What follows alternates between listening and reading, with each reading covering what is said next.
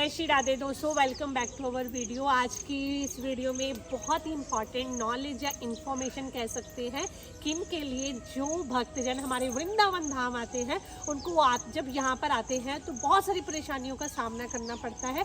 क्योंकि ऐसी बहुत सारी चीज़ें होती हैं जो हम सोचते हैं कि हम लेकर आए, नहीं लेकर आए, तो वो हमें सारी बातों का ख्याल रखते हुए ये वाली वीडियो आज हमने अपलोड की है। क्योंकि बहुत सारे भक्तजन का प्रश्न आ रहा था कि हम पहली बार वृंदावन धाम आ रहे हैं या कोई लोग पहले भी बहुत बार आ चुके हैं, तो उनका भी एक्सपीरियंस होगा कि जब वो वृंदावन धाम आते हैं तो उनके साथ ये वाली प्रॉब्लम आती है या नहीं आती। तो चलते हैं, हम बढ़ते हैं आगे इस वीडियो की तरफ।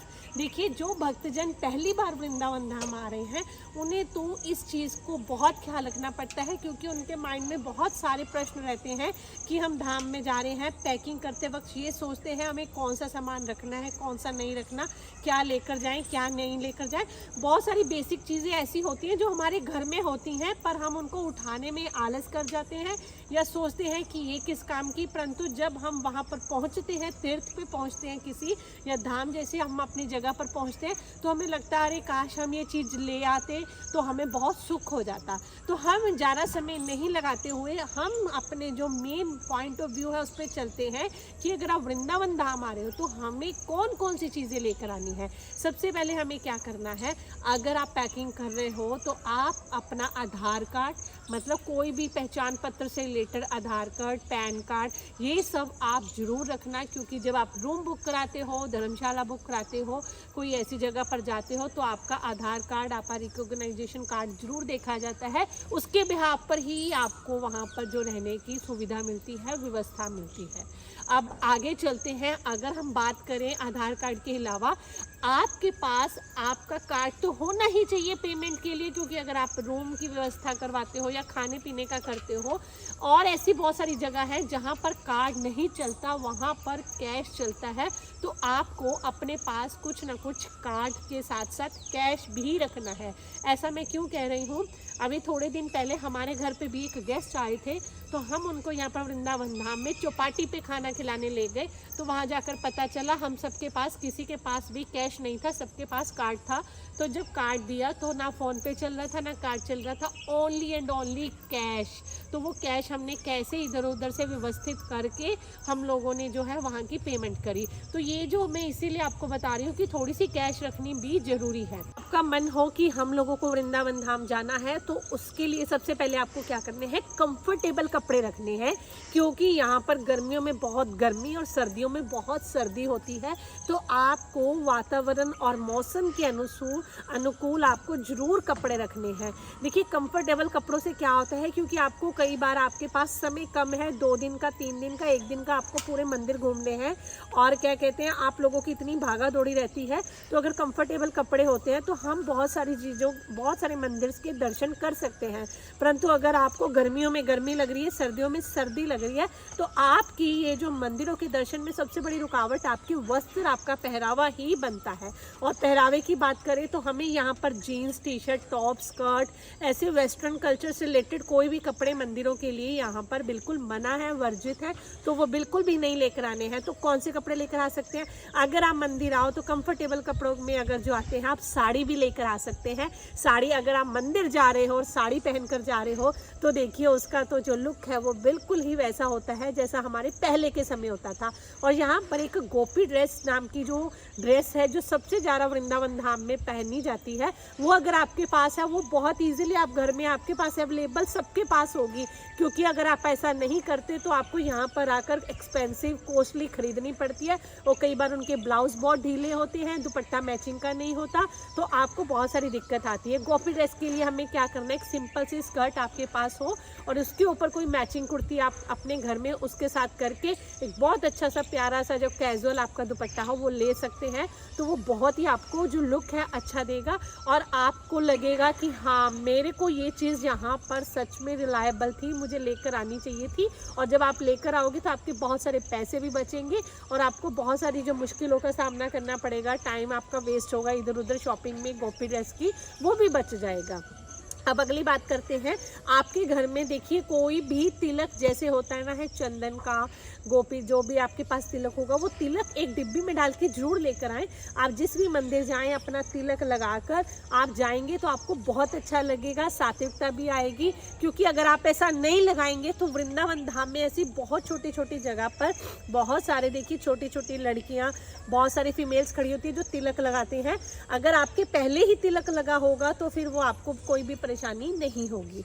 अब चलते हैं आगे। आगे आपको क्या रखना है, जो सबसे बेसिक चीज़ है वो है स्लीपर। स्लीपर हमेशा आपके कंफर्टेबल फ्लैट होने चाहिए और ज़्यादा आपके शौफ वाले नहीं होने चाहिए, क्योंकि हर मंदिर में आपको स्लीपर्स उतारने पड़ेंगे। अगर आपके घर पे पहनने वाले कोई चप्पल है वो आप लेकर आ सकते हो। जूते यहाँ पर बिल्कुल नहीं चलेंगे, बार बार जूते उतारना पहनना आपके लिए भी मुश्किल है।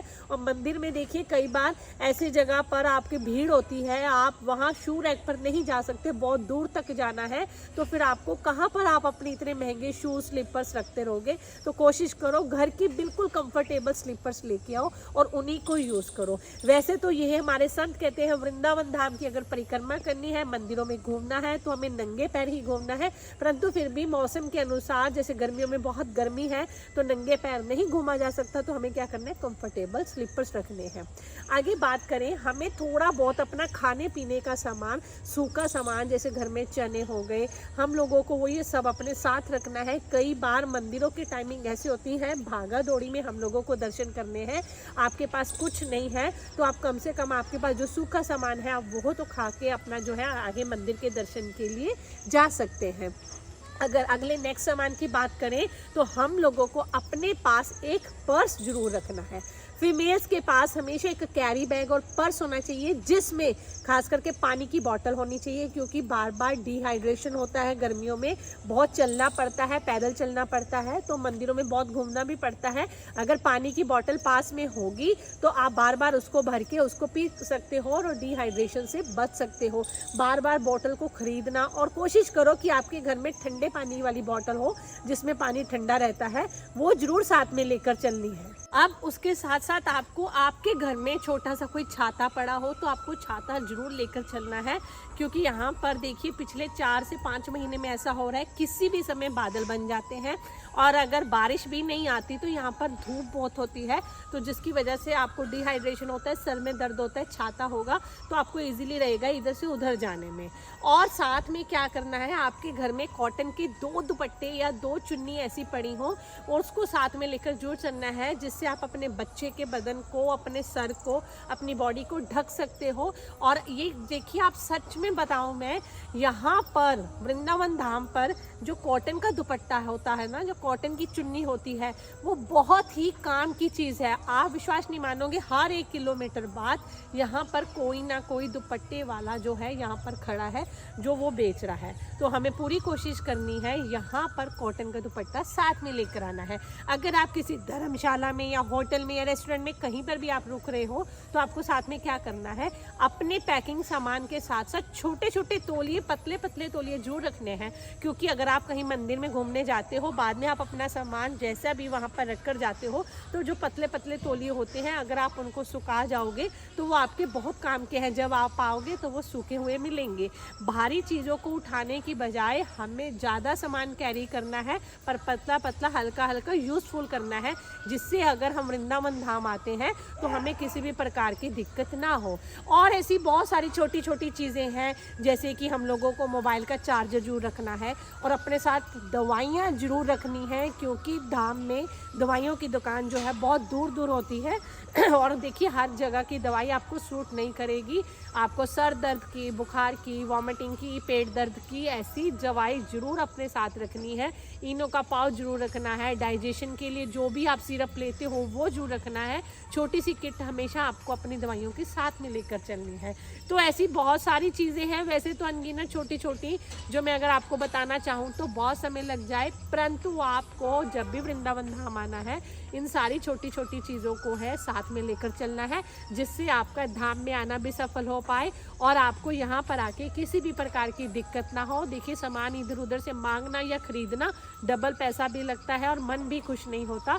तो हमें आगे से ये छोटी छोटी बातों का ख्याल रखना है और जब धाम आओ तो इनको साथ में लेकर आओ। तो ये तो थी आज वो सारे इंपॉर्टेंट थिंग्स। अगर आप वृंदावन धाम आते हो तो पैकिंग करते वक्त इन चीज़ों का जरूर में ख्याल में रखना है। और ऐसी वृंदावन धाम से रिलेटेड जितनी भी वीडियोज़ हैं मैं ज़रूर अपलोड करने वाली हूँ आने वाले टाइम में। अगर आपको और बहुत सारी क्वेरीज हैं कि हमें ये पूछना है, ये चाहिए, तो वो आप हमें ज़रूर बताना। हम अपने चैनल पे इससे रिलेटेड बहुत सारी वीडियोस अपलोड करेंगे। तब तक के लिए आपका प्यार और सपोर्ट हमें ज़रूर चाहिए। जय श्री राधे।